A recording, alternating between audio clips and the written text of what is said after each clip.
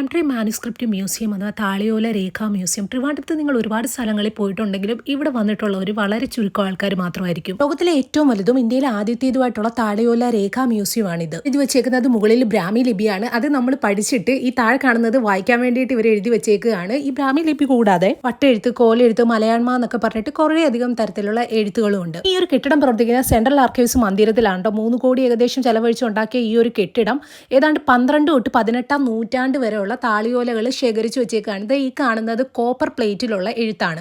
ചെപ്പേടുകൾ എന്നും പറയും. ഈ കാണുന്ന ചുരുള കേസസിലോ അല്ലെങ്കിൽ ചുരുണ ബോക്സ് ഇതിനകത്തുമാണ് ഇതൊക്കെ സൂക്ഷിച്ചിരുന്നത്. പിന്നെ പ്രധാനമായിട്ടും കരിമ്പന, കുടപ്പന, താളിപ്പന തുടങ്ങിയ പനയോലകളിലായിരുന്നു പ്രധാനമായിട്ടും ഇതൊക്കെ എഴുതിയിരുന്നത്. പിന്നെ നമ്മൾ ഒരു പനയുടെ ഓല എടുക്കുകയാണെങ്കിൽ പനയോല എന്നാണല്ലോ, അത് കുറേ അധികം നമ്മൾ ഇങ്ങനെ സൂക്ഷിച്ചു വെച്ചേക്കുന്നതിനെയാണ് ചുരുണാളെന്ന് പറയുന്നത്. ഇതെല്ലാം കൂടെ കെട്ടി ഇങ്ങനെ സൂക്ഷിച്ചിരിക്കും. അതിൽ 1822 എന്നുള്ള ഒരു നമ്പറിലുള്ളതാണ് ആ കാണുന്നത്.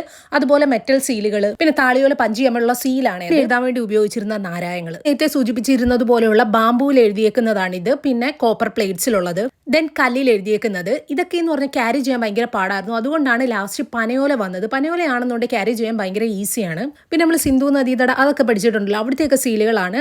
അതൊക്കെ ജസ്റ്റ് ഡിസ്പ്ലേക്ക് വെച്ചേക്കുന്നതേ ഉള്ളൂ. പിന്നെ നമുക്കൊരു ഡെമോ കാണാം. ഇതൊക്കെ എങ്ങനെയായിരുന്നു ഉണ്ടാക്കിയിരുന്നത്, ഉപയോഗിച്ചിരുന്ന പാന അതെങ്ങനെയാണ് കീറിയിരുന്നത്, അതിന്റെ എല്ലാം ജസ്റ്റ് ഒരു ഡെമോ ആണ് ഇവിടെ കാണിക്കുന്നത്. ഏറ്റവും വലിയ പ്രത്യേകത എന്താണെന്ന് വെച്ചാൽ ഇപ്പോൾ വിദ്യാർത്ഥികൾക്ക്, ഗവേഷകർക്ക് അങ്ങനെയൊക്കെ ചെല്ലുവാണെന്നുണ്ടെങ്കിൽ നമുക്ക് ഇതൊക്കെ QR കോഡ് സ്കാൻ ചെയ്യാനോ പെൻഡ്രൈവിലാക്കി തരും എന്ന് തോന്നുന്നു.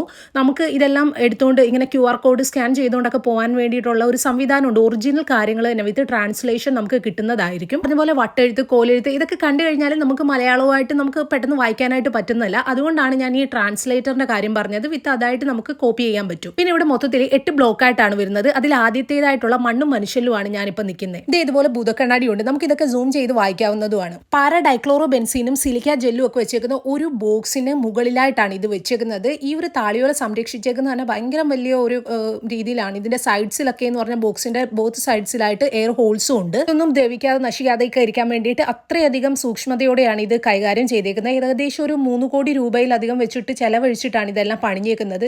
ഈ കാണുന്നത് അടൻവി യക്ഷിയുടെയും ടെമ്പിൾ ആണ്. ഈ കാണുന്ന അതിന്റെ അപ്പുറത്തായിട്ടും ഒക്കെ ഈ പറഞ്ഞ 8 ബ്ലോക്സിൽ ഓരോന്ന് വരും. മുകളിലൊക്കെ ആയിട്ടാണ് താളിയോലകൾ ബാക്കി സംരക്ഷിച്ചു വെച്ചേക്കുന്നത്. അടുത്ത് വരുന്ന ബ്ലോക്കില് ഭരണത്തെ പറ്റിയിട്ടാണ് വന്നിരിക്കുന്നത്. നമുക്ക് ഇന്നൊക്കെ എന്ന് പറഞ്ഞു കഴിഞ്ഞാൽ ഫോണ്, റെക്കോർഡ്സ് കാര്യങ്ങളുണ്ട്, ന്യൂസുകളിലൂടെ ഒക്കെ നമുക്ക് ഇന്നത്തെ കാര്യങ്ങളെല്ലാം റെക്കോർഡ് ചെയ്യാൻ ഒരുപാട് കാര്യങ്ങളുണ്ട്. പക്ഷെ വർഷങ്ങൾക്ക് മുമ്പ് ഇതൊക്കെ വരുന്നതിന് മുമ്പ് അന്നത്തെ കാര്യങ്ങൾ ഒന്നും സൂക്ഷിക്കാനായിട്ട് ഇത്തരത്തിലുള്ള രേഖകൾ മാത്രമേ ഉണ്ടായിരുന്നുള്ളൂ. ഈ മുകളിൽ കാണുന്നതിലാണ് 1 കോടിയിലധികം വരുന്ന ചുരുണകൾ സൂക്ഷിച്ചിരിക്കുന്നത്. ഇനി അടുത്തത് വിദ്യാഭ്യാസവും ആരോഗ്യവും കൂടെ ഒരുമിച്ച് വന്നേക്കുന്ന ഒരു ബ്ലോക്കിലാണ്. കോടിയിലധികം വരുന്ന പനയോലകൾ ഉണ്ടെന്ന് പറഞ്ഞല്ലോ. ഇതിനകത്ത് ഏറ്റവും പ്രധാനപ്പെട്ട 160-150 രേഖകൾ മാത്രമാണ് ഇവിടെ ഡിസ്പ്ലേക്ക് വെച്ചിട്ടുള്ളത്. ഏറ്റവും പ്രധാനപ്പെട്ടവ